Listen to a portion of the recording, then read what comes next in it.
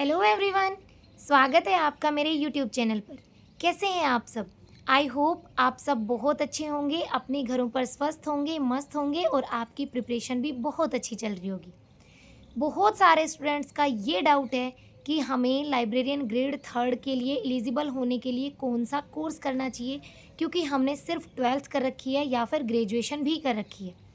और कुछ स्टूडेंट्स हैं जिनका ये सवाल है कि मैम हमने बहुत सारे लोगों से ये बात सुन ली है कि CLIS जो है वो ग्रेड थर्ड के लिए आने वाले समय में एलिजिबल नहीं होगा। तो मैं पहले तो ये क्वेरी दूर कर दूं आपकी। वो स्टूडेंट्स जिन्होंने ट्वेल्थ कर ली है या फिर ग्रेजुएशन कर ली है और वो ये सोच रहे हैं कि क्या हमें लाइब्रेरियन ग्रेड थर्ड के लिए एलिजिबल होने के लिए कौन सा कोर्स करना चाहिए और वो कितने दिनों का होगा और सिंपली कौन सा कोर्स जल्दी हो जाएगा। तो आप लोगों को लाइब्रेरियन आने वाली लाइब्रेरियन ग्रेड थर्ड में एलिजिबल होने के लिए इग्नू से CLIS करना चाहिए, क्योंकि CLIS केवल 6 मंथ्स का कोर्स होता है, सिर्फ 6 महीने का कोर्स है, जिसमें प्रैक्टिकल नहीं होते, ना प्रैक्टिकल कैंप होते हैं और ना प्रैक्टिकल के एग्ज़ाम्स होते हैं। उसमें सिर्फ 4 पेपर होते हैं और आपके पास 4 असाइनमेंट होते हैं। और ये जो 4 असाइनमेंट हैं वो भी आप हिंदी इंग्लिश दोनों में बना सकते हो, और जो 4 पेपर हैं वो भी आप हिंदी इंग्लिश दोनों में दे सकते हो। पेपर भी बाइलिंगुअली दे सकते हो और उसके बाद में असाइनमेंट भी बाइलिंगुअली बना सकते हो। अब कुछ के दिमाग में ये आएगा कि जब हम फॉर्म फिल करने गए थे या अब जो फॉर्म फिल कर रहे हैं तो हमारे पास तो ऑप्शन इंग्लिश का ही आता है मैम।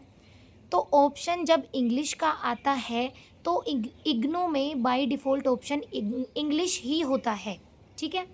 आपको इग्नू इंस्ट्रक्शंस में ये बोलता है कि आप हिंदी और इंग्लिश दोनों में असाइनमेंट बना सकते हैं और दोनों में ही एग्ज़ाम दे सकते हैं। इसलिए बेफिक्र होके आप ये कोर्स कर सकते हैं और ये चिंता बिल्कुल छोड़ दीजिएगा कि इंग्लिश में होता है इसलिए मैं तो कर ही नहीं सकता। आप कर सकते हो हिंदी मीडियम के विद्यार्थी होने के बाद भी। और जो इसकी फ़ीस है वो है 3600 रुपये। 3400 है लेकिन आपके और भी लग के ऐसे 3600 रुपये लग जाते हैं। 3600 रुपये ये, साथ ही 1 सितंबर से और 30 सितंबर तक आपके एग्ज़ाम फॉर्म फिल किए जाएंगे, जिसमें एक एग्ज़ाम के लिए 200 रुपये चार्ज होगा, तो 4 एग्ज़ाम के लिए 800 रुपये चार्ज होगा। 800 ये हो गए और आप 3600 रुपये ये लगा लो, तो 3600 और 800 4400 रुपये होते हैं। और उसके बाद में आपकी फ़ाइल असाइनमेंट ऐसा करके आपके ये कोर्स पढ़ने वाला है 5000 रुपये के अप्रोक्स। 5000 रुपये में आपका कोर्स हो जाएगा। ऊपर से आपके जो एग्ज़ाम है वो होंगे दिसंबर में। इसकी एग्ज़ाम डेट भी आ चुकी है 11 दिसंबर, उसके बाद में 13 14 दिसंबर 16 दिसंबर 18 दिसंबर, इसमें इसके एग्ज़ाम होने वाले हैं।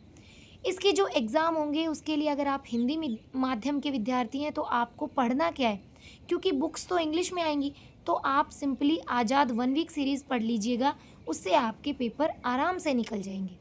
तो पढ़ने का हो गया, असाइनमेंट हो गया, और ये कोर्स भी 6 महीने का है। दिसंबर में इसके एग्ज़ाम होंगे तो जनवरी या फिर फरवरी में, मिड फरवरी में इसका रिज़ल्ट भी आ जाएगा। आने वाली लाइब्रेरियन ग्रेड थर्ड के लिए आप एलिजिबल हो जाओगे।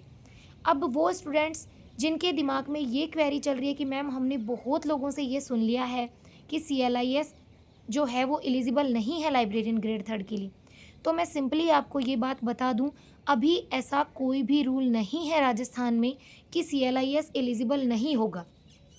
NVS, KVS, DRDO, EMRS, इन सभी वैकेंसीज़ में अभी के लिए जो क्राइटेरिया है वो रखा गया है कि ग्रेजुएशन प्लस में BLIS होना चाहिए आपके पास। तो अगर आपको NVS, KVS या फिर ये सारे DSSS इन सब में भी एग्ज़ाम देना है तो आप सिंपली BLIS ही करो। लेकिन अगर आपको राजस्थान में लाइब्रेरियन ग्रेड थर्ड के लिए ही एलिजिबल होना है तो आप CLIS कर सकते हैं। कोई भी ऐसा रूल नहीं है कि CLIS एलिजिबल नहीं होगा, और आने वाली लाइब्रेरियन ग्रेड थर्ड के लिए ये रूल आएगा भी नहीं कि CLIS एलिजिबल नहीं होगा। इसलिए बेफिक्र होकर CLIS कर सकते हो आप और प्रिपरेशन भी अच्छे से कर सकते हो। अब बहुत सारे स्टूडेंट्स का ये सवाल था कि पेपर 1 और पेपर 2 के लिए लाइब्रेरियन ग्रेड थर्ड के लिए हमें कितना समय चाहिए, कितना समय चाहिए और टाइम टेबल क्या होना चाहिए, और मेरा टाइम टेबल क्या था वो भी मैं आपको एक अलग से वीडियो में बताऊंगी। लेकिन अभी मैं आपको बता दूं कि अगर आप अभी से प्रिपेयर करना स्टार्ट करते हो तो आने वाली लाइब्रेरियन ग्रेड थर्ड, यानी कि जब उसके फॉर्म फिल होंगे, उसका एग्ज़ाम होगा, तब तक 8 से 10 महीने, हो सकता है 1 साल लग जाए। तो आप अगर अभी से प्रिपेयर शुरू करोगे प्रिपरेशन को तो आपका एग्ज़ाम आसानी से निकल जाएगा। यानी कि जो पेपर 1 है उसके लिए भी आपको स्पेशली 5 मंथ 6 मंथ चाहिए और पेपर 2 के लिए भी 5 से 6 महीने चाहिए ही चाहिए। यानी कि आप ऐसे मान के चलिएगा कि जो 1 साल होगी उसमें आप कंटिन्यूअसली पेपर 1 को भी और पेपर 2 को भी दोनों को बराबर टाइम दे सकते हो।